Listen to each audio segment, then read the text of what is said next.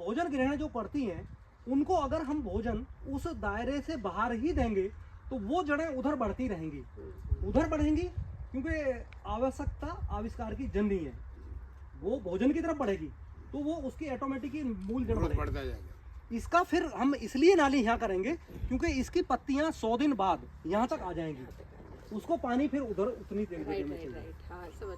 ठीक है, अब इसको हम क्या करेंगे कि जुताई करने के बाद इसमें मूंग लगाएंगे। अच्छा, मूंग हम हरी खाद का प्रयोग नहीं करते। अभी हमें और सरकार में थोड़ा सा मतभेद आ गया है नेचुरल फार्मिंग में भी, क्योंकि नेचुरल फार्मिंग में सरकार ने जो इम्प्लीमेंट किया है वो हरी खाद को ले लिया है, जबकि वो निषेध है। उसका मैं रीजन भी आपको बताना चाहूँगा, क्योंकि आप इस चीज़ को आगे तक ले जा सकते हो। हरी खाद लगाने का मैंने CDO साहब खड़े, एक दिन मैंने इनके सामने सर के प्रेजेंटेशन भी दिया था। हरी खाद जो भी हम लगाते हैं उसका जो कहना है कृषि विज्ञान का, वो ये कहता है कि हरी खाद को 45 दिन लगाइए और उसको जो है उसको काट दो, पानी लगा के उसको गला दो, सड़ा दो। नंबर एक बात तो यह है, जगदीश चंद्र वसु नाम के एक साइंटिस्ट ने ये सिद्ध किया था कि पौधा दुख और सुख का अनुभव करता है। बिल्कुल। अगर हम आध्यात्मिक दृष्टि से देखें तो हमने एक कत्ल कर दिया है एक पौधे का, अल्पायु में, मैच्योर नहीं हुआ वो, और ये अधिकार किसी को नहीं है शायद। अगर हम नेचुरलिटी की बात कर रहे हैं, प्राकृतिक की बात कर रहे हैं, तो ये अधिकार हमारा गलत है। दूसरी चीज, इससे परमानेंट कार्बन नहीं मिलता है, इससे टेम्परेरी कार्बन मिलता है, क्योंकि हर साल कृषि वैज्ञानिक बोलते हैं कि गेहूं काटो हरी खाद लगाओ, गेहूं काटो हरी खाद लगाओ, परमानेंट कार्बन नहीं मिलता। इसलिए परमानेंट कार्बन कहाँ से मिलता है? जो दलहन वाली फसलें हमने पूरी मैच्योर अवस्था ले ली, उसका फल हमने ले लिया और उसका जो फसल अवशेष है वो काट के उसको मल्च कर दिया, वो परमानेंट। यानी आप थोड़ी देर के लिए मेरे पास आए, कुछ देर बाद चले जाएंगे, इस तरह का कार्बन वो मिलता है। इसलिए वो हर साल हर फसल में हमें लगाता रहना पड़ता है। इसलिए गन्ने की बगल में हमने मूंग लगा दी, मूंग लगाने के बाद हमने फली तोड़ ली और फिर हम इस दोनों पट्टों की मूंग और इस पट्टे की मूंग हम इसमें डाल देंगे और इसका पानी फिर बहन जी हम बिल्कुल बंद कर देंगे। यानी गन्ने की 2 लाइनों के बीच में पानी हम बिल्कुल नहीं देंगे। वो मॉडल मैं आपको अगले CD में दिखाऊंगा, ये पहली स्टेज है, पहले इसको समझाता हूँ। फिर हम उन पट्टों को, जब हमारी मूंग कट जाएगी तो मूंग कटेगी हमारी जून से पहले, हली तोड़ ली, मूंग कट गई। मूंग के बाद में उसमें जहाँ DD साहब खड़े हैं यहाँ हम बेड बना देंगे, इसके बीच में नाली बन जाएगी और उसके बीच में नाली बन जाएगी, जो मैं आगे दिखाऊंगा आपको।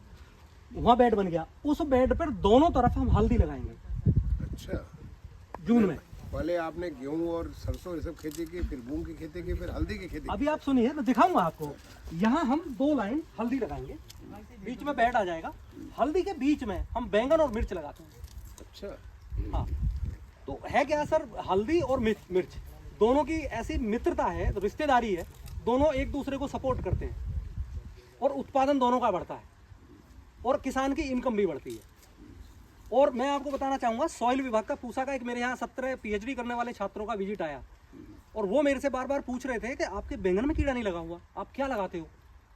मिर्चा उसका काम कर रहा है। मैं कहा साहब मेरे से आप क्यों पूछ रहे हो, कृषि वैज्ञानिक आप शोध करिए, क्यों नहीं आया? तो अलग ले जाके पूछ रहे। तो मैं बोला जी आप साइंटिस्ट नहीं है, फिर आप धोखा दे रहे हैं। बोले यार आप क्या बात कर रहे हैं? मगर तो मैं इतना इंतजार नहीं करता, अगर मैं आपकी जगह होता बैंगन तोड़ के ले जाता, लैब में टेस्ट करता, अगर जहर आता तो मैं आपके चौराहे पे खड़े करके आपको नंगा करता। तो मतलब क्या है कि उन लोगों को ये समझने की जरूरत है कि हल्दी जो है एक तरह की एंटीबायोटिक के साथ साथ वो कीट नियंत्रक का भी काम करती है, तो वो उत्पादन भी मिलता है हमें और कीट नियंत्रक का भी काम होता है। फिर हम हल्दी ले लेते हैं और हल्दी के बाद में फिर हम दोबारा उसमें जब हल्दी हम लगाते हैं तो हल्दी, और इसका मैं अर्निंग की बात बताऊं तो 1 एकड़ में हमारा इस मॉडल में 200 कुंटल तो सर गन्ना निकलता है लगभग औसतन, 200 कुंटल प्रति एकड़, और 30 कुंटल कच्चा हल्दी निकलती है। अब मैं इसका अर्थशास्त्र में आपको इस चीज़ का बताता हूँ।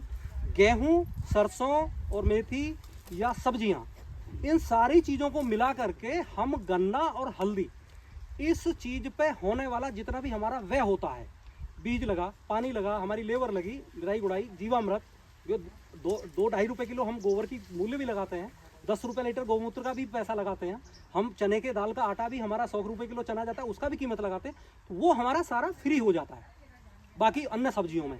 और अगर गन्ने से हम बताएं तो गन्ने से हमने गुड़ बनाया, और गुड़ अगर औसतन 200 कुंटल गन्ने का गुड़ बनाते हैं तो 20 कुंटल बनता है सर, जिसका रेट हम जो प्लेन क्वालिटी का गुड़ है उसको हम 125 रुपये किलो के हिसाब से बेचते हैं। यानी हमारा गुड़ बैठा 2.25 लाख का। अब हल्दी पे आ जाइए, हल्दी हमारी निकलती है 30 कुंटल।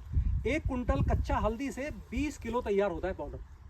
तो 30 कुंटल जो हल्दी निकली हमारी, 6 कुंटल हो गए। तो उसमें 5 कुंटल पाउडर निकला, और 5 नहीं 6 कुंटल। और इसको हम 500 रुपए किलो कूट के पाउडर तैयार करते हैं। वो मशीनें मैं आपको दिखाऊंगा। पाउडर बेचते हैं, पाउडर, साबुत हल्दी। कोई भी चीज हम बहन जी रॉ मटेरियल के रूप में नहीं सेल करते। अरे ही से बेसिकली मेरा ये एयरफोर्स में थे। नहीं। एयरफोर्स में ये का उसका नहीं, मैं नहीं था। आप नहीं थे? मैं पैदाइशी किसान के घर का आपने बेटा। बताया नहीं कि जो पहले एयरफोर्स में कौन था वो? नहीं, मैं नहीं था सर, और किसी से बात जो करो। आपसे ये लेते हैं, जिन्हें आप बेचते हैं, पहले मेरी वो- बात पूरी होने दो। हाँ, तो मतलब ये लगभग 500 रुपए किलो के हिसाब से अगर 6 कुंटल हल्दी का लगाया जाए तो 2.5 लाख रुपया लगभग ये बनता है।